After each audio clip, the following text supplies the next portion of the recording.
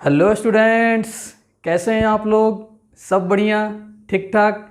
देखो, आज हम लोग स्टार्ट करने वाले हैं अपने सरफेस केमिस्ट्री का लेक्चर नंबर 2, जिसमें हम लोग बात करेंगे फैक्टर्स अफेक्टिंग एडजॉर्प्शन। एडजॉर्प्शन को कौन कौन से फैक्टर्स अफेक्ट करते हैं, तो वही बात। लेक्चर को ध्यान से देखो, ध्यान से सुनो, एक एक बात चमकेगा और चमकता रहेगा। ठीक है, ध्यान से देखो। अब तो सबसे पहले स्टार्ट करते हैं, हम लोग हेडिंग देते हैं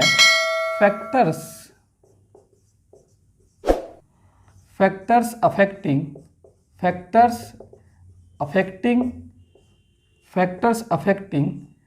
एक्सटेंट ऑफ एडजॉर्प्शन। वो कौन कौन से फैक्टर्स हैं जो एडजॉर्प्शन के एक्सटेंट को बढ़ाते हैं या घटाते हैं। ठीक है, तो सबसे पहले हम लोग देखने वाले हैं, ध्यान से देखो, nature of adsorbate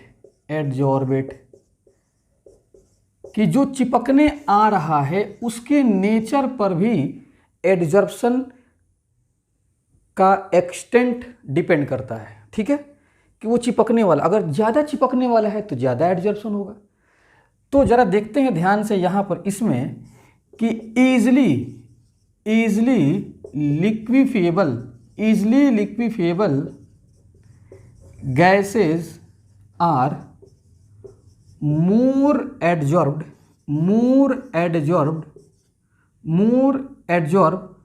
on the surface of substance। किसी सब्सटेंस के सरफेस पर जो गैस आ रहे हैं, वो गैस जो इजली लिक्विफेबल है, तो इजली लिक्विफेबल गैस का एडजॉर्प्शन ज़्यादा होता है। ठीक है, तो easily liquefiable gases are more adsorb on the surface. तो सरफेस पर इजली लिक्विफेबल गैस का एडजॉर्प्शन ज़्यादा होता है। अब इजली लिक्विफेबल गैस का मतलब क्या हुआ, जरा यहाँ पर ध्यान से देखो। Easily लिक्विफेबल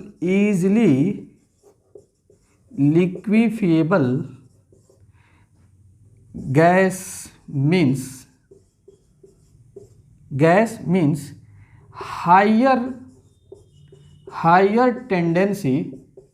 higher tendency to convert into liquid। मतलब ऐसा गैस इजली लिक्विफेबल होता है जो गैसियस फॉर्म से जब इस पे एडजॉर्प्शन हो तो तुरंत किस में कन्वर्ट हो जाए, लिक्विड में। तुम देखते हो कि वाटर का जो वेपर्स होते हैं उड़ते हैं और जिस सरफेस पे उड़ के जाते हैं, कुछ समय के बाद देखना वहाँ पे वाटर का लेयर जमा हो जाता है। ठीक है, बूंद बूंद वाटर टपकना शुरू हो जाता है। ठीक है, क्योंकि अब वो जो वेपर्स गैस फॉर्म में जा रहा था, अब वो लिक्विफाई हो गया, लिक्विड में कन्वर्ट हो गया। तो जो गैस इजिली लिक्विफेबल है, अपने गैसियस स्टेट से जल्दी लिक्विड में जा सकता है, उसको बोलते हैं इजली लिक्विफेबल गैस। तो easily liquefiable gas means higher tendency to convert in liquid. ठीक है, and also it provides high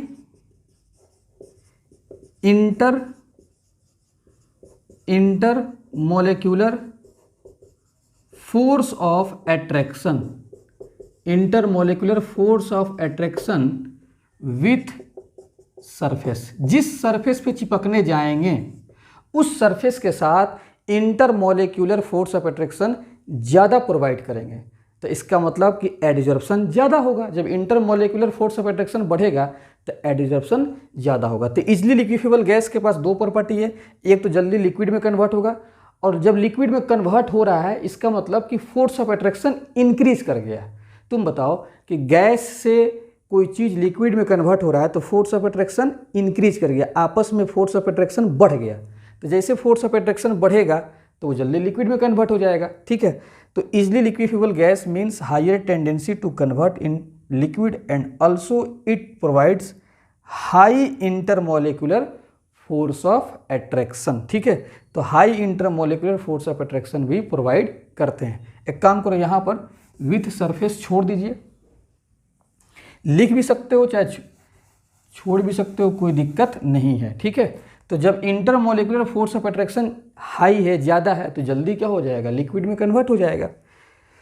तो अब इस बात को नीचे यहाँ पर पहले आप इसको इतना नोट करें,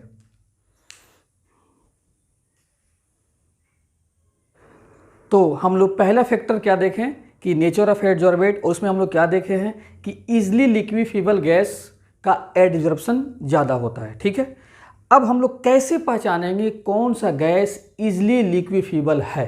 ठीक है, तो gas having higher critical temperature, जिस गैस का क्रिटिकल टेम्परेचर ज़्यादा है, आर मोर एडजॉर्ब्ड। ठीक है, इसी को यहाँ पर लिख लो, आर मोर एडजॉर्ब्ड या आर मोर इजली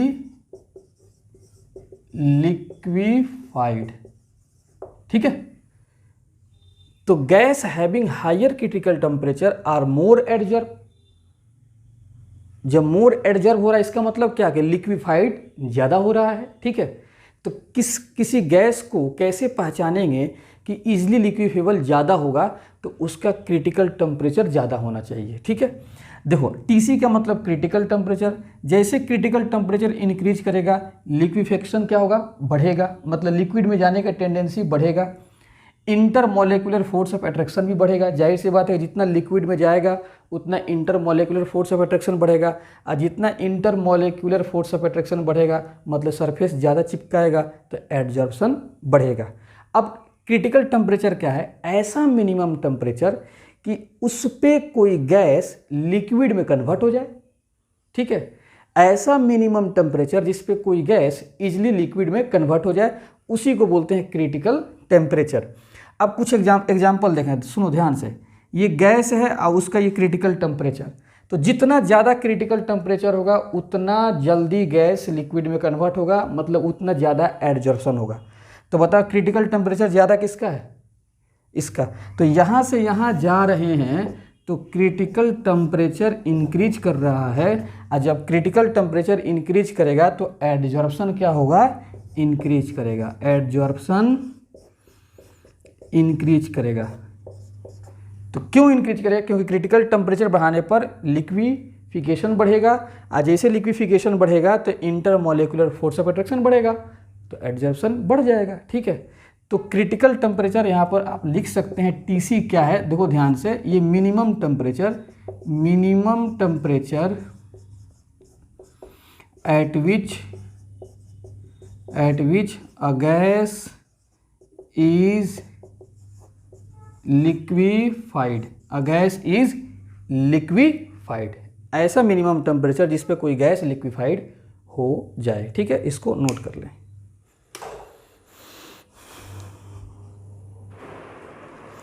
अब जरा देखते हैं फैक्टर्स अफेक्टिंग एडजॉर्प्शन में second factor, nature of adsorbent, मतलब जिस सरफेस से पार्टिकल आकर एडजॉर्ब हो रहा है तो उसके नेचर पे भी एडजॉर्प्शन का एक्सटेंट डिपेंड करता है। ठीक है, अब वो क्या है जरा देखो ध्यान से, the adsorption of the gas also depends on the nature of the adsorbent.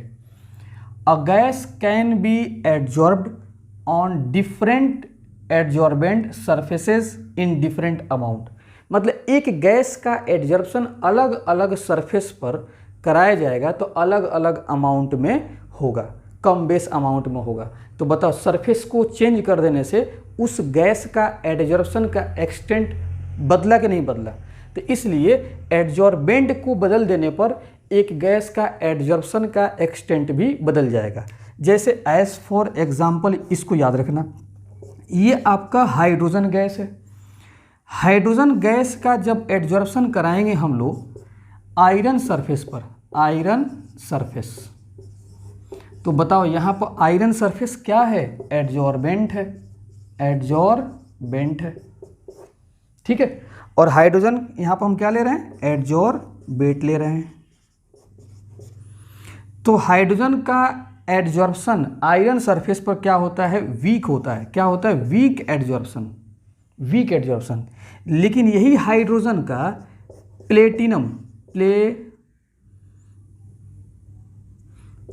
Platinum या आप निकेल सरफेस भी ले सकते हैं, निकेल, प्लेटिनम और निकेल, और यहाँ पर बताओ ये क्या प्रोवाइड कर रहा है, एडजॉर्बेंट, एडजॉर्बेंट। तो हाइड्रोजन गैस का एडजॉर्प्शन अगर हम प्लेटिनम या निकेल पे कराएंगे तो यहाँ पर स्ट्रॉन्ग एडजॉर्प्शन होगा, स्ट्रॉन्ग एडजॉर्प्शन, ठीक है। और यहाँ पे क्या होगा, वीक एडजॉर्प्शन होगा। तो बताइए एक गैस के लिए सरफेस बदल गया तो एडजॉर्प्शन का एक्सटेंट भी बदल जाएगा। तो इस एग्जाम्पल को याद रखना कि हाइड्रोजन का वीक एडजॉर्प्शन होता है आयरन सरफेस पर, लेकिन वहीं हाइड्रोजन का स्ट्रॉन्ग एडजॉर्प्शन होता है प्लेटिनम या निकेल सरफेस पर। ये हो गया नेचर ऑफ एडजॉर्बेंट। फिर थर्ड की तरफ हम लोग आते हैं, तो पहले आप इसको नोट कर लें।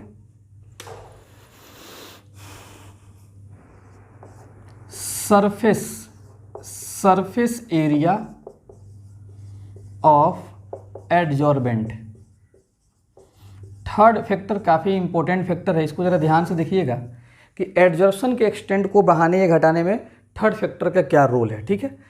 तो सरफेस एरिया ऑफ एडजॉर्बेंट, देखो सरफेस एरिया अगर हम जिस सरफेस पर चिपकाना है पार्टिकल्स को, अगर उसका सरफेस एरिया इंक्रीज करा दो तो extent of adsorption, extent of adsorption जाहिर सी बात है कि इंक्रीज कर जाएगा, क्योंकि सरफेस एरिया जितना ज़्यादा होगा उतना पार्टिकल्स आकर जमा होगा। जैसे यहाँ पर देख लो, अभी तुरंत समझ में आ जाएगा, ये आपका सरफेस है, यहाँ पे पार्टिकल्स का एडजॉर्प्शन हो रहा है, ठीक है, एडजॉर्प्शन हो रहा है। तुम बता, इसका मान लेते हैं सरफेस का मास कितना है, m, और जो एडजॉर्ब हुआ है ये कितना में, x अमाउंट में एडजॉर्ब हुआ है, तो इसका बताओ एक्सटेंट कितना हो जाएगा, x/m। मतलब ऊपर किसका मास होता है, जो चिपकता है, और नीचे किसका मास होगा, जिस पे चिपकाना है, मतलब एडजॉर्बेंट का मास नीचे। अब जैसे ही इसको हमने ब्रेक कर दिया, दो हिस्सा में बांट दिया, इसको काट दिया, दो हिस्सा में मैंने काट दिया इस m को, ठीक है। तो अब पार्टिकल्स देखो यहाँ पर भी चिपकेगा, यहाँ पर भी और यहाँ पर भी ऐसे चिपकेगा, इधर भी पार्टिकल्स क्या होगा, चिपकेगा। लेकिन सुनो, ये जो आपका है इसका जब मास देखा जाएगा तो इसका मास अभी भी m है, क्योंकि बस खाली बीच में से कट कर दिया है। लेकिन अब जिसे कट करके निकालेंगे तो अब यहाँ पर भी तो एक्स्ट्रा चिपक गया, तो अब यहाँ पे मास कितना होगा चिपकने का, मतलब यहाँ पे जो मास होगा, मास ऑफ, इस केस में mass of adsorbate, mass of adsorbate क्या हो जाएगा, y। अब x नहीं होगा, y हो जाएगा, और यहाँ पर क्या हो जाएगा, y ग्रेटर देन x। क्यों कि यहाँ पर कट कर दिया गया है, सरफेस बढ़ गया तो ज़्यादा अब क्या होगा, एडजॉर्ब होगा। तो इस केस में एक्सटेंट निकालोगे तो कितना हो जाएगा, y/m, y/m। तो बताओ यहाँ से यहाँ जाने पर एक्सटेंट ऑफ एडजॉर्प्शन बढ़ा कि नहीं बढ़ा, क्योंकि y बढ़ चुका है इसलिए एक्सटेंट ऑफ एडजॉर्प्शन बढ़ गया। तो सरफेस एरिया के बढ़ा देने से, सरफेस एरिया को बढ़ा देने से एक्सटेंट ऑफ एडजॉर्प्शन बढ़ जाता है। देखो कट कर दिया गया तो सरफेस एरिया बढ़ गया, ठीक है। अब एक बात यहाँ पर लिखो, सुनो देखो ध्यान से, पाउडर फॉर्म सरफेस, जितने भी पाउडर फॉर्म होते हैं, मतलब एकदम पाउडर कर दो किसी सरफेस को, अगर किसी सरफेस पर एडजॉर्प्शन कराना है उसको पाउडर फॉर्म में ब्रेक कर दो। तो जैसे पाउडर फॉर्म में ब्रेक करोगे तो पाउडर फॉर्म अगर सरफेस है तो पाउडर फॉर्म सरफेस पर एडजॉर्प्शन ज़्यादा होगा, क्योंकि powder form surface provide more surface area. तो पाउडर फॉर्म जो होते हैं वो सरफेस एरिया ज़्यादा प्रोवाइड करते हैं, क्योंकि देखो यहाँ से यहाँ हम ब्रेक कर दिए तो सरफेस एरिया बढ़ा कि नहीं बढ़ा। तो पाउडर फॉर्म का मतलब क्या हुआ, ब्रेक कर देना। तो यहाँ से यहाँ ब्रेक करने पर सरफेस एरिया बढ़ गया, और सरफेस एरिया बढ़ने पर एडजॉर्प्शन ज़्यादा हुआ, ठीक है। तो मतलब यहाँ से यहाँ जाने पर देखो सरफेस एरिया क्या हुआ, इंक्रीज कर गया, यहाँ से यहाँ जाने पर सरफेस एरिया इंक्रीज किया, और जैसे सरफेस एरिया इंक्रीज किया तो एडजॉर्प्शन भी बढ़ गया। एडजॉर्प्शन भी देखो यहाँ पर बढ़ गया है, एडजॉर्प्शन भी क्या हो गया है, बढ़ गया है। तो पाउडर फॉर्म का मतलब ब्रेक कर देना। तो पाउडर फॉर्म जो होता है, powder form surface provide more surface area, और जब सरफेस एरिया बढ़ेगा तो बताओ एक्सटेंट ऑफ एडजॉर्प्शन भी क्या हो जाएगा, इंक्रीज कर जाएगा, बढ़ जाएगा। जितना ज़्यादा सरफेस एरिया होगा उतना एक्सटेंट ऑफ एडजॉर्प्शन इंक्रीज कर जाएगा। तो पाउडर फॉर्म के पास सरफेस एरिया ज़्यादा होता है, इसलिए पाउडर फॉर्म सरफेस पर एक्सटेंट ऑफ एडजॉर्प्शन ज़्यादा होगा, एक्सटेंट ऑफ एडजॉर्प्शन ज़्यादा होगा। ठीक है, तो आप इसको पहले इतना नोट करो, हम मिटा रहे हैं। जरा देखो ध्यान से, एक बात जानना बहुत ज़रूरी है, इसको ऐसे स्टार में लगा के लिख लो, कैटालिस्ट। कैटालिस्ट, सुनो ध्यान से, जो कैटालिस्ट होता है ना, तो रिएक्शन में कैटालिस्ट सरफेस प्रोवाइड करता है, उसी सरफेस के ऊपर रिएक्शन होगा।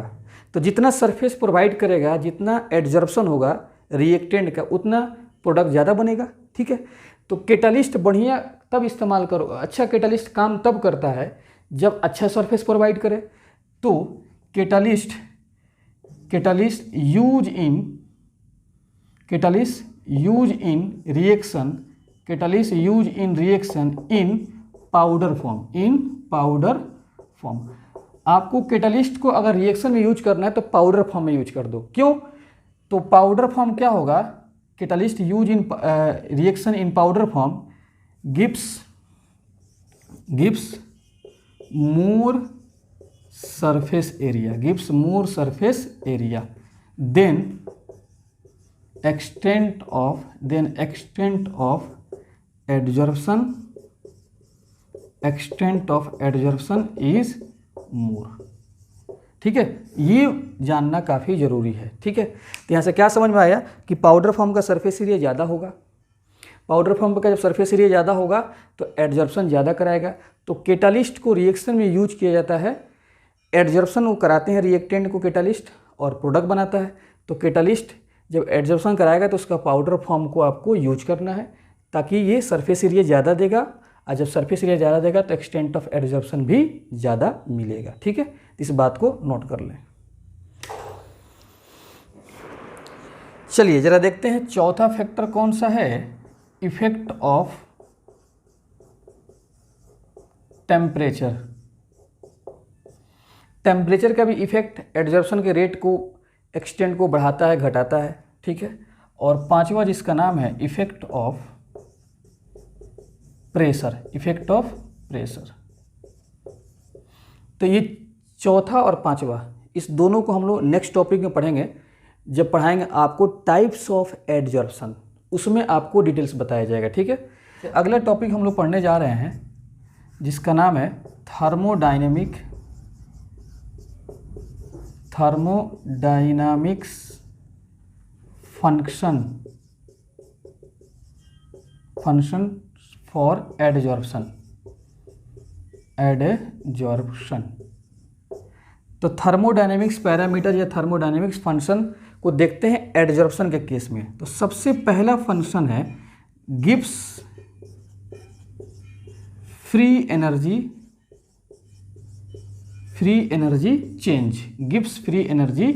चेंज, मतलब डेल्टा जी क्या होगा एडजॉर्प्शन में। ठीक है, तो जब भी डेल्टा जी की बात आती है तो आप जानते हैं कि स्पॉन्टेनियस नॉन स्पॉन्टेनियस की बात आती है, और सबको पता है कि एडजॉर्प्शन जो होता है, एडजॉर्प्शन इज स्पॉन्टेनियस। एडजॉर्प्शन क्या होता है? स्पॉन्टेनियस। बताओ किसी सरफेस के ऊपर, जैसे आपके यहाँ कोई कार होगा तो उसके जो ग्लास होते हैं उसके ऊपर डस्ट पार्टिकल जमा होता है कि नहीं होता है? जमा होता था। ऐसे हम लोग दिल बनाते थे, उस पर खटाक से ऐसे एरो मारते थे। ठीक है, अपना नाम लिखते थे ना नाम हम लोग जी। तो वही ग्लास के ऊपर डस्ट पार्टिकल जमा होता था, आसानी से हम लोग दिल बनाते थे, जैसे एरो खच्चा। ठीक है जी, तो उस पार्टिकल का क्या होता था वहाँ पर? एडजॉर्प्शन। तो बताओ वो जो डस्ट पार्टिकल आकर एडजॉर्ब हो रहा था ग्लास पर, वो खुद से हो रहा था ना जी। जो खुद से होता है उसी को बोलते हैं स्पॉन्टेनियस। और जब स्पॉन्टेनियस प्रोसेस होता है तो इस केस में delta G less than zero. क्यों? कि जी जो होता है गिब्स फ्री एनर्जी, जी को क्या बोलते हैं? गिब्स फ्री एनर्जी क्या होगा? स्पॉन्टेनियस के केस में डिक्रीज करेगा। एनर्जी क्या होगा? डिक्रीज। जब खुद से काम होता है तो जाहिर सी बात है एनर्जी डिक्रीज करेगा। जैसे ही एनर्जी डिक्रीज करेगा तो फिर बताओ इसका जब चेंज निकालोगे डेल्टा जी, तो बताओ क्या आएगा? निगेटिव आएगा कि नहीं आएगा? लेस देन जीरो आएगा। तो एडजॉर्प्शन में डेल्टा जी का साइन क्या होता है, लेस देन 0, ठीक है।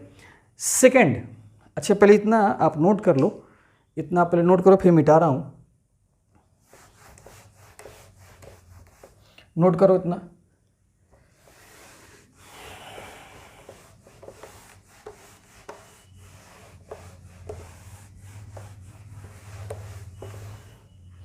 सेकेंड थर्मोडायनेमिक फंक्शन जो होता है, जिसका नाम है सेकेंड थर्मोडायनेमिक फंक्शन, जिसका नाम है change in entropy, change in entropy, जिसका नाम यहाँ पर सिंबल इस्तेमाल करते हैं हम लोग डेल्टा एस। इसका साइन देखना है। तो सबसे पहले यहाँ पर समझो कि इंट्रोपी का मतलब क्या होता है। इंट्रोपी का मतलब होता है रैंडमनेस। इंट्रोपी का मतलब होता है रैंडमनेस, या इसी को हम लोग बोलते हैं डिसऑर्डर। क्या बोलते हैं, डिसऑर्डर। मतलब रैंडमनेस जितना ज़्यादा होगा, डिसऑर्डर फॉर्म जितना ज़्यादा होगा, उतना इंट्रोपी ज़्यादा होगा। मतलब कि रैंडमनेस या डिसऑर्डर जितना बढ़ेगा तो इंट्रोपी भी क्या होगा, इंट्रोपी भी बढ़ेगा, ठीक है। या रैंडमनेस या डिसऑर्डर जितना घटेगा तो इंट्रोपी भी क्या होगा, घटेगा, इंट्रोपी भी घटेगा। कोई दिक्कत। अब जरा देखते हैं कि अब एडजॉर्प्शन में क्या हो रहा है। यही बात को हम लोग देखना है कि एडजॉर्प्शन में क्या होगा, ठीक है। तो मान लेते हैं ये आपका सरफेस है, ये पार्टिकल्स इसके आसपास ऐसे घूम रहे हैं, ठीक है। अब ये अपने सरफेस पर इनको चिपकाएगा, तो इसके बाद से कुछ आपको इसका डायग्राम ऐसे दिखेगा कि सरफेस पर देखो पार्टिकल्स एकदम ऑर्डर फॉर्म में अरेंज हो गया। तो इधर रैंडमनेस ज़्यादा है, इधर डिसऑर्डर ज़्यादा है। और जैसे ही एडजॉर्प्शन हो गया, जैसे ही क्या हो गया, एडजॉर्प्शन हो गया, एडजॉर्प्शन, तो बताओ ऑर्डर फॉर्म मिल गया। इसका मतलब कि यहाँ से यहाँ जाने पर इंट्रोपी डिक्रीज कर रहा है। क्यों इंट्रोपी डिक्रीज कर रहा है, क्योंकि डिसऑर्डर फॉर्म जो था, रैंडमनेस था, डिसऑर्डर मतलब रैंडमनेस था, वो क्या हो रहा है, डिक्रीज हो रहा है। क्या हो रहा है, डिक्रीज। अब बताओ जब इंट्रोपी डिक्रीज करेगा, और इंट्रोपी के लिए सिंबल क्या इस्तेमाल करते हैं हम लोग, एस। क्या इस्तेमाल करते हैं, एस। जब इंट्रोपी डिक्रीज करेगा तो बताओ उसका चेंज जो होगा डेल्टा एस, वो क्या होगा, लेस देन 0 नहीं होगा, लेस देन 0। तो डेल्टा जी भी लेस देन 0 और डेल्टा एस भी लेस देन 0, ठीक है।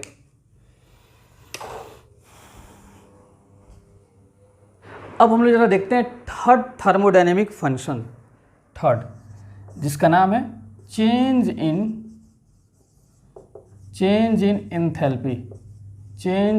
इंथैल्पी, जिसका सिंबल होता है delta H. Change in enthalpy, third. ये यहाँ से क्वेश्चन एकदम एग्जाम में आते हैं, एकदम इंपॉर्टेंट टॉपिक है, जरा ध्यान से एकदम देखिएगा आप लोग, ठीक है। इसको देखने, इसका साइन निकालने के पहले एक इक्वेशन होता है, डेल्टा जी बराबर होता है delta H minus T into delta S. ये थर्मोडायनेमिक्स चैप्टर है, इसमें इस इक्वेशन को पढ़ाया जाता है। थर्मोडायनेमिक्स चैप्टर में इस इक्वेशन के बारे में पढ़ाया जाता है। हम लोग को क्या पता करना है, डेल्टा एच का साइन। तो डेल्टा एच बराबर delta G plus delta S, इधर लेके हम चले जाते हैं टी और डेल्टा एस को। अब आपको पता होना चाहिए कि डेल्टा जी का भी साइन क्या है, निगेटिव, और डेल्टा एस का भी साइन क्या है, निगेटिव। तो निगेटिव निगेटिव मिल के क्या मिल जाएगा, निगेटिव। तो ये भी, इसका भी साइन क्या आ जाएगा, निगेटिव। तो कहने का मतलब कि डेल्टा एच लेस देन 0। तो एडजॉर्प्शन के केस में आप देख चुके हैं कि डेल्टा जी भी निगेटिव है, डेल्टा एस भी निगेटिव, तो एडजॉर्प्शन के केस में डेल्टा एच भी निगेटिव। और जब डेल्टा एच निगेटिव होता है तो ऐसा प्रोसेस को हम लोग बोलते हैं एक्सोथर्मिक। और एक्सोथर्मिक का मतलब होता है कि एनर्जी इज रिलीज्ड, वहाँ से एनर्जी निकल रहा है, ठीक है। जाहिर सी बात है, जब बताओ कि एनर्जी निकलेगा तो एनर्जी घटेगा, जब एनर्जी घटेगा तो डेल्टा एच क्या हो जाएगा, less than zero. Change in enthalpy का मतलब इतना समझ लो कि चेंज इन एनर्जी। अच्छा, इसको एक तरीके से और समझ लो ताकि याद रहेगा। ये मान लेते हैं कि पार्टिकल्स का एडजॉर्प्शन इसके सरफेस पर होगा, चिपकेगा कर। तो कब चिपकेगा, जब बॉन्ड बनेगा तभी ना चिपकेगा जी। आप जान चुके हैं बॉन्ड फॉर्मेशन होगा, बॉन्ड फॉर्मेशन तभी तो चिपकेगा। और जब बॉन्ड फॉर्मेशन होता है तो एनर्जी क्या होता है, energy is released, energy is released. और जब एनर्जी निकलेगा तो उसको क्या बोलते हैं, एक्सोथर्मिक, एक्सोथर्मिक। और जब एनर्जी निकलेगा तो एक्सोथर्मिक, तो एनर्जी का जब तुम डिफरेंस निकालोगे, जब एनर्जी निकलेगा तो एनर्जी कम होगा ना जी, उसी को बोलते हैं एक्सोथर्मिक। और जब एनर्जी का डिफरेंस निकालोगे तो लेस देन जीरो। ठीक है, तो एनर्जी इज रिलीज्ड का मतलब इतना समझ लो कि एनर्जी क्या हो रहा है, एनर्जी डिक्रीजेज, एनर्जी डिक्रीजेज। तो जब भी एनर्जी निकलेगा तो एनर्जी घटेगा, और जब एनर्जी घटेगा तो उसका डिफरेंस निकालोगे तो निगेटिव ही ना आएगा जी। तो एडजॉर्प्शन क्या होता है, बॉन्ड फॉर्मेशन होगा एडजॉर्प्शन में, और जब बॉन्ड फॉर्मेशन होगा तो एनर्जी निकलेगा, इसी को बोलते हैं एनर्जी डिक्रीजेस। तो डेल्टा एच क्या हो जाएगा, लेस देन जीरो। यहाँ से भी सोच सकते हैं आप लोग, तो नोट कर लें। हाँ, तो अब हम लोग थर्मोडायनेमिक्स फंक्शंस फॉर एडजॉर्प्शन देखने के बाद बात करेंगे हम लोग, जो यहाँ से ये भी एक काफ़ी इस चैप्टर में एक इम्पोर्टेंट टॉपिक है जिसका नाम है types of adsorption, types of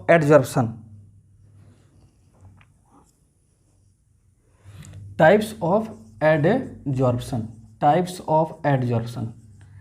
तो देखो एडजॉर्प्शन जो आपका होता है ये दो टाइप का होता है। एक होता है फिजिकल एडजॉर्प्शन, फिजिकल एडजॉर्प्शन, इसका एक और नाम है फिजिजॉर्प्शन। क्या नाम है, फिजिजॉर्प्शन। फिजिकल एडजॉर्प्शन को फिजिजॉर्प्शन बोलते हैं। दूसरे का नाम है केमिकल एडजॉर्प्शन, केमिकल एडजॉर्प्शन, इसको हम लोग बोलते हैं केमीजॉर्प्शन भी बोलते हैं, केमीजॉर्प्शन। तो इस दोनों में एग्जाम में इस दोनों में डिफरेंस पूछता है, इस दोनों में डिफरेंस। तो सबसे पहले हम लोग बात करने वाले हैं कि फिजिकल एडजॉर्प्शन क्या होता है, फिजिकल एडजॉर्प्शन, फिजिकल एडजॉर्प्शन ये समझना है पहले। तो इसमें सबसे पहले पॉइंट देखो क्या, सबसे पहला पॉइंट कि इसमें molecules are held by week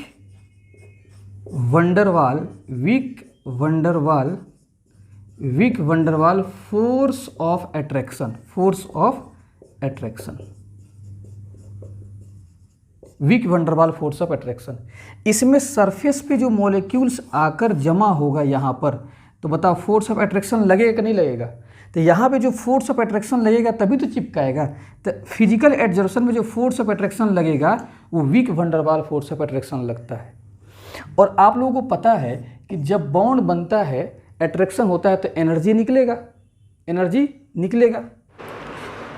हाँ, तो जब बॉन्ड बनता है आप जानते हैं कि एनर्जी निकलता है, तो इसको हम लोग जब एनर्जी निकलता है तो इसी को हम लोग बोलते हैं change in enthalpy, change in enthalpy. ठीक है, मतलब इसका सिंबल क्या इस्तेमाल किए थे हम लोग, डेल्टा एच, या इसी को हम लोग बोलते हैं, इसी को बोलते हैं heat of adsorption, heat of adsorption भी बोलते हैं, हीट ऑफ एडजॉर्प्शन। ठीक है, तो चेंज इन एंथैल्पी या हीट ऑफ एडजॉर्प्शन, थोड़ा सा एक लाइन लिख लो कि क्या होता है। तो ये होता है energy released during adsorption, energy released during adsorption, adsorption के दौरान जो एनर्जी रिलीज होता है, energy released during adsorption of 1 mole adsorbate on adsorbent.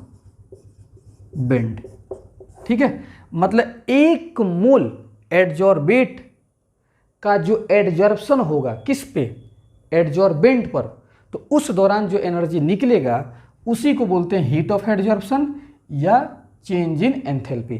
तो energy released during adsorption of 1 mole of adsorbate on adsorbent, तो उसी एनर्जी रिलीज को क्या बोलते हैं, हीट ऑफ एडजॉर्प्शन बोलते हैं या चेंज इन एंथैल्पी। तो इस केस में 20 से 40 किलो जूल पर मोल। फिजिकल एडजॉर्प्शन में जो एनर्जी निकलने का रेंज है 20 से 40 किलो जूल पर मोल निकलता है। मतलब 1 मोल गैस जब आकर एडजॉर्ब होगा ना सरफेस पर तो 20 से 40 किलो जूल निकलेगा। ठीक है, तो इस बात को इतना नोट कर लो।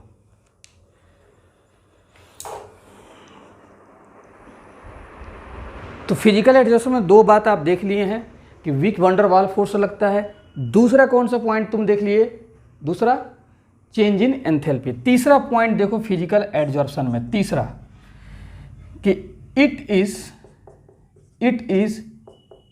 Reversible, it is reversible.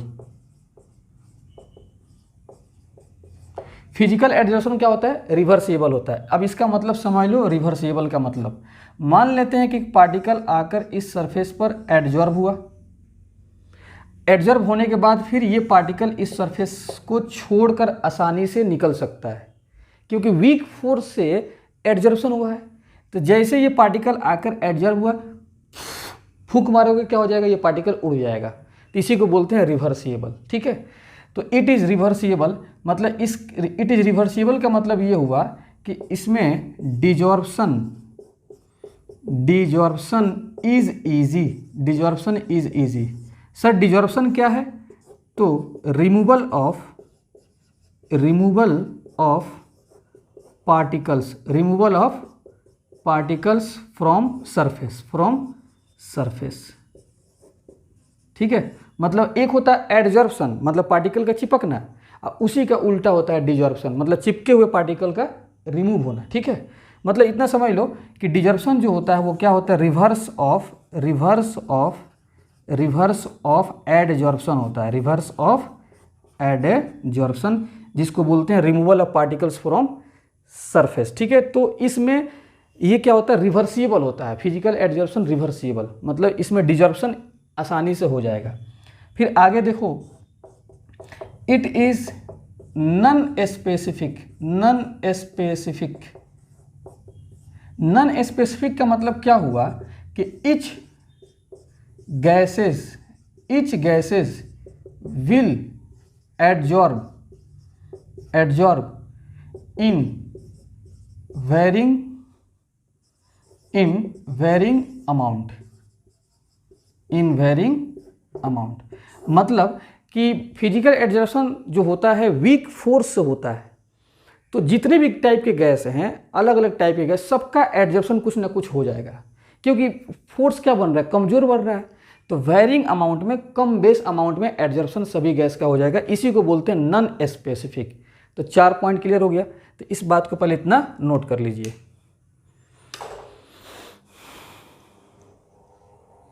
पांचवा पॉइंट देखते हैं, नंबरिंग कर लेना। पांचवा पॉइंट जरा देखते हैं फिजिकल एडजॉर्प्शन में। इट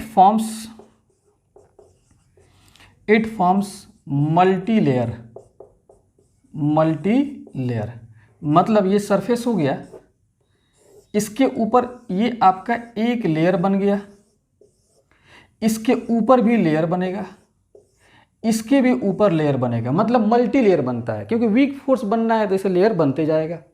ठीक है, तो ये आपका 5 पॉइंट आपको याद रखना है फिजिकल एडजॉर्प्शन से रिलेटेड। अब देखते हैं फिजिकल एडजॉर्प्शन में देखते हैं इफेक्ट ऑफ प्रेशर।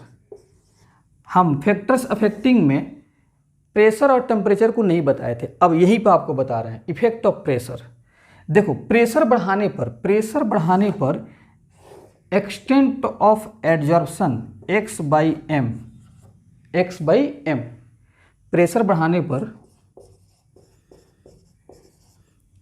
हम लोग कौन सा एडजॉर्प्शन पढ़ रहे हैं, फिजिकल। तो प्रेशर बढ़ाने पर क्या होगा, जितना ज़्यादा प्रेशर बढ़ाओगे, जितने ज़्यादा प्रेशर से पार्टिकल्स को फेंक रहे हो इस बोर्ड पर ताकि इस पे चिपक जाए, तो जितना ज़्यादा प्रेशर से फेंकोगे उतना एडजॉर्प्शन ज़्यादा होगा उतना एडजॉर्प्शन बढ़ेगा, ठीक है।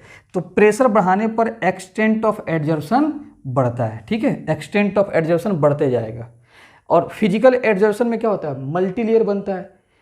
एडजॉर्प्शन मतलब कुछ ना कुछ होते जाएगा। मल्टी लेयर का मतलब कि शुरुआत में एडजॉर्प्शन ज़्यादा होगा, फिर उससे कम होगा, फिर उससे कम, मतलब कम होते जाएगा, लेकिन होगा जरूर, एडजॉर्प्शन होगा जरूर, लेकिन कम होते जाएगा, ठीक है। इसलिए प्रेशर बढ़ाने पर एडजॉर्प्शन बढ़ जाता है, ठीक है। शुरुआत में ज़्यादा बढ़ेगा, अब फिर बाद में बढ़ने का रेट, स्पीड कम हो जाएगा, ठीक है। अब जरा देखते हैं effect of temperature, effect of temperature, ठीक है। तो एक बात जरा देखो, टेम्परेचर, जैसे मान लेते हैं कि यहाँ पे पार्टिकल्स चिपके हुए हैं, ऑलरेडी एडजॉर्ब है, एडजॉर्प्शन हो चुका है, और नीचे से अगर आप हीट सप्लाई कर रहे हो, टेम्परेचर दे रहे हो, एनर्जी दे रहे हो हीट के फॉर्म में, तो बताओ ये बॉन्ड टूटने लगेगा। बॉन्ड क्या हो जाएगा, bond breaking, bond breaking, bond टूटने लगेगा। जानते हो तुम कि एडजॉर्प्शन जब होता है तो एनर्जी निकलेगा, लेकिन जब एडजॉर्प्शन हो चुका है और जैसे टेम्परेचर दोगे, हीट दोगे, तो बॉन्ड टूटने लगेगा, ठीक है। तो इसका मतलब ये हुआ कि टेम्परेचर को बढ़ाने से क्या होगा, बॉन्ड ब्रेकिंग होना शुरू हो जाएगा, बॉन्ड ब्रेकिंग, बॉन्ड टूटना स्टार्ट हो जाएगा। और जब बॉन्ड टूटना स्टार्ट हो जाएगा तो एडजॉर्प्शन जो था, एडजॉर्प्शन जो चिपका था, अब वो घटना शुरू हो जाएगा, क्योंकि बॉन्ड टूट जाएगा, पार्टिकल्स क्या हो जाएंगे, यहाँ से हट के बाहर चले जाएंगे, ठीक है जी। तो अब इसमें ग्राफ जानना काफ़ी ज़रूरी है, ध्यान से देखना। ये टेम्परेचर वाला एक्सिस है और ये आपका क्या है, एक्सटेंट ऑफ एडजॉर्प्शन। मान लेते हैं जब टेम्परेचर आपका 0 है, उस समय आपका एडजॉर्प्शन खूब ज़्यादा हुआ है, और जैसे जैसे टेम्परेचर बढ़ा दोगे एडजॉर्प्शन घटना शुरू हो जाएगा, एडजॉर्प्शन घटना शुरू हो जाएगा। तो टेम्परेचर को बढ़ाने से बॉन्ड ब्रेकिंग बढ़ेगा और एडजॉर्प्शन घटेगा, ठीक है जी। तो यहाँ पर ज़रा देख लो, इस बात को लिख लो, फिजिकल एडजॉर्प्शन में, फिजिकल एडजॉर्प्शन में, फिजिकल एडजॉर्प्शन में टेम्परेचर को बढ़ाएंगे, टेम्परेचर को बढ़ाएंगे तो एडजॉर्प्शन क्या होगा, घटेगा, एडजॉर्प्शन क्या होगा, घटेगा, हमेशा, हमेशा घटेगा, ठीक है जी। टेम्परेचर को बढ़ाएंगे तो एडजॉर्प्शन घटेगा। कहने का मतलब कि टेम्परेचर को बढ़ाने पर फिजिकल एडजॉर्प्शन डिक्रीज करेगा। फिजिकल एडजॉर्प्शन क्या होगा, यहाँ पर भी लिख लो, फिजिकल एडजॉर्प्शन क्या होगा, डिक्रीज करेगा। इसीलिए ग्राफ आपका ऐसे आया है, ठीक है, इसको नोट कर लो।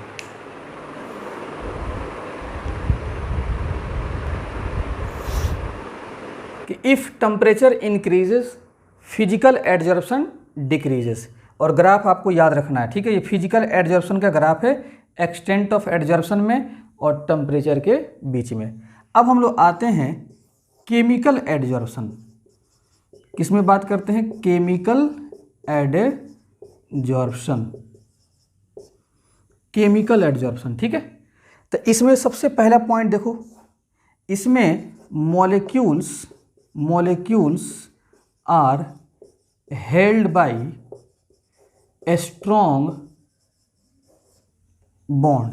इसमें स्ट्रॉन्ग बॉन्ड होगा और उसका नाम क्या होगा, केमिकल बॉन्ड, केमिकल बॉन्ड। इसमें स्ट्रॉन्ग बॉन्ड लगता है, ठीक है। मतलब सरफेस के ऊपर जो पार्टिकल्स आके चिपकेगा, जो फोर्स लगेगा, यहाँ पर कौन सा, केमिकल बॉन्ड लगेगा, ताकि केमिकल बॉन्ड लगेगा, और ये केमिकल बॉन्ड क्या होता है, काफ़ी स्ट्रॉन्ग बॉन्ड होता है, ठीक है।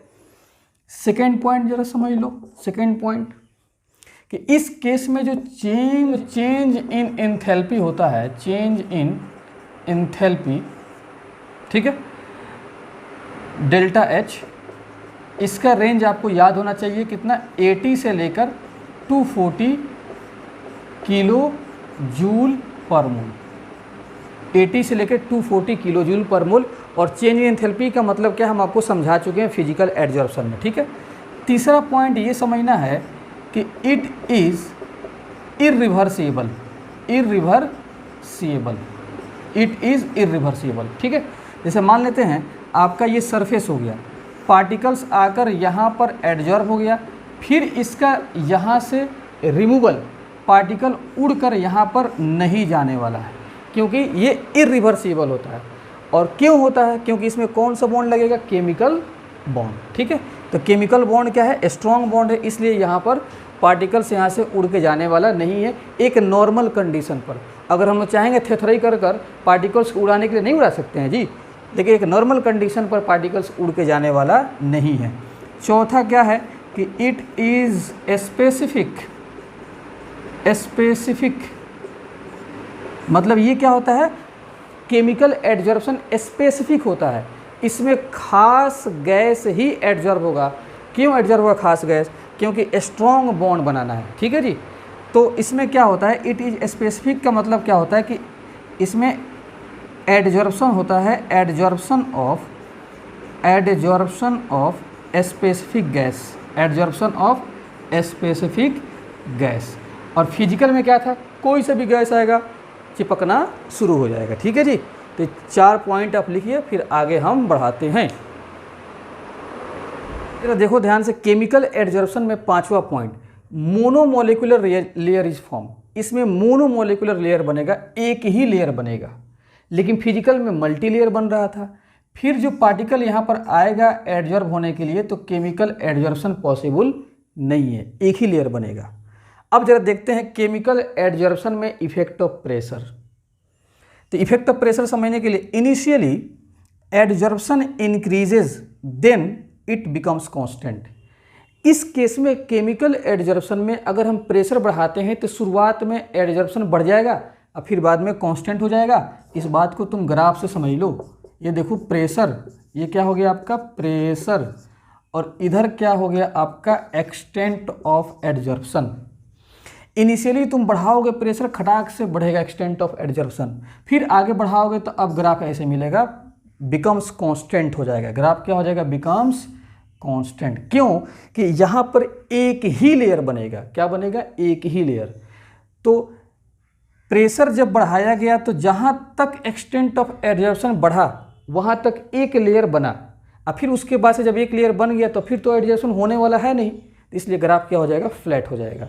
लेकिन यही फिजिकल एडजॉर्प्शन में क्या था कि मल्टी लेयर था, कुछ ना कुछ बढ़ रहा था, तो उसमें ग्राफ ऐसे था। आप देखे होंगे उसमें ग्राफ हम ऐसे बनाए थे। ठीक है, क्योंकि वो बढ़ता रहेगा, कुछ ना कुछ बढ़ता रहेगा। तो केमिकल एडजॉर्प्शन में क्या है कि इनिशियली बढ़ेगा, फिर बाद में फ्लैट हो जाएगा। ठीक है, आगे बात समझ में? इसको मिटा दें। अब जरा देख लेते हैं केमिकल एडजॉर्प्शन में इफेक्ट ऑफ टेम्परेचर। आप लोग फिजिकल में देखे होंगे कि टेम्परेचर जैसे बढ़ाया गया था तो एडजॉर्प्शन घट गया था, डिक्रीज होना शुरू हो गया था। यहाँ पे क्या होगा कि केमिकल एडजॉर्प्शन में स्ट्रॉन्ग बॉन्ड बनना है, तो स्ट्रॉन्ग बॉन्ड पहले बनाने के लिए मॉलिक्यूल्स के पास उतना एनर्जी चाहिए। तो शुरू में तो उसको एनर्जी पिलाएंगे, एनर्जी खिलाएंगे, ताकि तुम जाकर रिएक्शन स्टार्ट करो। ठीक है, तब एडजॉर्प्शन होगा। तो इसलिए इसमें क्या होगा कि शुरू में क्या होगा, जैसे टेम्परेचर बढ़ाइएगा तो इनिशियली एडजॉर्प्शन बढ़ेगा, क्योंकि स्ट्रॉन्ग बॉन्ड बनना है, तो स्ट्रॉन्ग बॉन्ड बनाने के लिए पहले एनर्जी देना पड़ेगा, तो एडजॉर्प्शन बढ़ेगा। फिर उसके बाद से जब बढ़ जाएगा, पूरा एनर्जेटिक हो जाएगा, और जैसे फिर खिलाओगे एनर्जी तो उल्टी हो जाएगा, उल्टी शुरू होना, वोमिटिंग शुरू हो जाएगा उसका। ठीक है, तो इसलिए क्या होगा कि अब यहाँ से डिजॉर्प्शन स्टार्ट हो जाएगा, एडजॉर्प्शन घटना शुरू हो जाएगा। तो initially some heat is required to initiate reaction को स्टार्ट करने के लिए यहाँ पर एनर्जी चाहिए, और इसी जो एनर्जी को देते हैं ताकि रिएक्शन को इनिशिएट कर दे, स्ट्रॉन्ग बॉन्ड बनाए, उसी दिए हुए एनर्जी को क्या बोलते हैं? Activation energy. तो कहने का मतलब कि केमिकल एडजॉर्प्शन में एक्टिवेशन एनर्जी इन्वॉल्व होता है। ठीक है, टेम्परेचर को बढ़ा रहे हो तो एनर्जी बढ़ेगा, एनर्जी बढ़ेगा तो रिएक्शन का चांस बढ़ेगा, रिएक्शन का चांस बढ़ेगा तो एक्सटेंट ऑफ एडजॉर्प्शन बढ़ेगा। तो यहाँ तक तो हम लोग एनर्जी पिला दिए हैं, बढ़ गया एडजॉर्प्शन। उसके बाद से फिर जैसे ही बढ़ाओगे टेम्परेचर तो यहाँ से घटना शुरू हो जाएगा। तो after particular temperature if we heat up surface breaking of bond start. अब जो चिपका हुआ था फिर अब वो उड़ना शुरू हो जाएगा, बॉन्ड टूटना शुरू हो जाएगा। तो फिजिकल एडजॉर्प्शन में ग्राफ ऐसे था, टेम्परेचर को बढ़ाने पर ग्राफ घट रहा था, लेकिन केमिकल में पहले बढ़ेगा फिर घटेगा। ये बात जानना काफ़ी ज़रूरी है। ठीक है, तो हमने आपको केमिकल एडजॉर्प्शन और फिजिकल एडजॉर्प्शन में डिफरेंस पूरा बता दिया है, ध्यान से एकदम पढ़ लेना। अब 2 मैं ग्राफिकल क्वेश्चंस कराता हूं ताकि कॉन्सेप्ट और क्लियर हो जाए, पहले आप इतना नोट कर लें। ठीक है, तो एक बात देख लो कि इफेक्ट ऑफ टेम्परेचर में फिजिकल एडजॉर्प्शन में कोई एनर्जी देने की ज़रूरत नहीं है, जैसे टेम्परेचर बढ़ाओगे वो घटेगा। और केमिकल एडजॉर्प्शन में शुरुआत में एनर्जी आपको देना पड़ेगा, उसको बोलते हैं एक्टिवेशन एनर्जी, और तब उसके बाद से रिएक्शन होगा, फिर टेम्परेचर बढ़ाओगे तो घटना शुरू हो जाएगा। तो एक्टिवेशन एनर्जी का इन्वॉल्वमेंट केमिकल एडजॉर्प्शन में है, फिजिकल में नहीं है। अब जरा देखते हैं क्वेश्चन, देखते हैं। ये आपका क्वेश्चन दिया है, ठीक है, ये एक्सटेंट ऑफ एडजॉर्प्शन है। ठीक है, और यहाँ पर आपका एक्स एक्सिस पर प्रेशर है, और ये ग्राफ आपको बना के ऐसे दिया है 3 ग्राफ। इस पूरे ग्राफ पर टेम्परेचर कांस्टेंट है T1 है, इस पूरे ग्राफ पर टेम्परेचर कांस्टेंट है T2 है, इस पूरे ग्राफ पर टेम्परेचर कांस्टेंट है T3 है। क्या है? T3 है। और कह रहा है कि ये ग्राफ जो दिया है ये किसका है? ये ग्राफ जो आपका दिया है ये ग्राफ है आपका फिजिकल एडजॉर्प्शन का। किसका? फिजिकल एडजॉर्प्शन का। क्वेश्चन में बोल दिया है कि फिजिकल एडजॉर्प्शन का ग्राफ है, और पूछ रहा है कि T1, T2, T3 में क्या रिलेशन है। ध्यान से सुन लो। तो ज़रा तुम देखो, T1, T2, T3 आपका टेम्परेचर है। देखो जैसे जैसे हम ऊपर जा रहे हैं ग्राफ का, तो ग्राफ ऊपर बढ़ रहा है, तो बताओ x/m का वैल्यू बढ़ रहा है, एडजॉर्प्शन बढ़ रहा है। तो बताओ फिजिकल एडजॉर्प्शन में टेम्परेचर को बढ़ाने से एडजॉर्प्शन बढ़ता नहीं है, घटता है। तो देखो ग्राफ के ऊपर जैसे जाएंगे, ऊपर जा रहे हैं तो एडजॉर्प्शन बढ़ रहा है। ठीक है, तो बताओ इस ऊपर वाले ग्राफ का एडजॉर्प्शन ज़्यादा है तो इसका टेम्परेचर कम होना चाहिए, क्योंकि टेम्परेचर के बढ़ने से फिजिकल एडजॉर्प्शन घटता है। इसलिए T3 का एडजॉर्प्शन ज़्यादा, तो इसका मतलब कि टेम्परेचर कम होना चाहिए, तो कम, फिर T2 और फिर क्या हो जाएगा? T1। ये इसका रिलेशन हो गया। अब यही सवाल को हम ऐसे करा रहे हैं, ज़रा देखो ध्यान से। ये प्रेशर हो गया, ये x/m हो गया, ये आपका बना के दिया हुआ है। ठीक है, ये T1 हो गया, ये T2 हो गया, और ये T3। क्वेश्चन में अब कह रहा है कि ये केमिकल एडजॉर्प्शन है। क्या है? Chemical adsorption.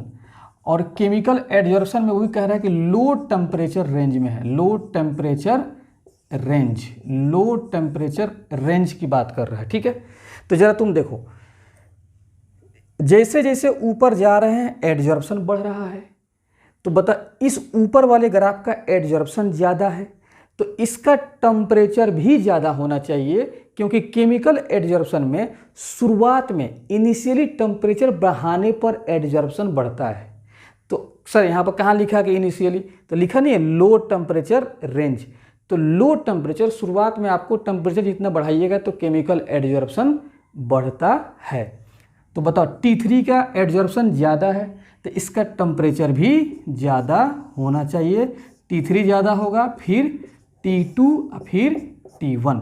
तो इसीलिए फिजिकल एडजॉर्प्शन में टेम्परेचर बढ़ाने पर एडजॉर्प्शन घटेगा, लेकिन केमिकल में शुरुआत में जितना टेम्परेचर बढ़ाओगे उतना एडजॉर्प्शन बढ़ता है। अब फिर जैसे हाई टेम्परेचर कर दोगे, बाद में टेम्परेचर बढ़ा दोगे खूब, तो फिर घट जाएगा। तो हम लोग लो में बात कर रहे हैं, तो लो में जितना टेम्परेचर बढ़ाओगे उतना एडजॉर्प्शन बढ़ेगा। ये 2 ग्राफ वाला क्वेश्चन आपको देख लेना है। अब हम लोग नेक्स्ट लेक्चर में मिलते हैं नेक्स्ट टॉपिक के साथ, जब तक कि आप इस लेक्चर को अच्छे से रिवाइज कर लें। Okay, thank you.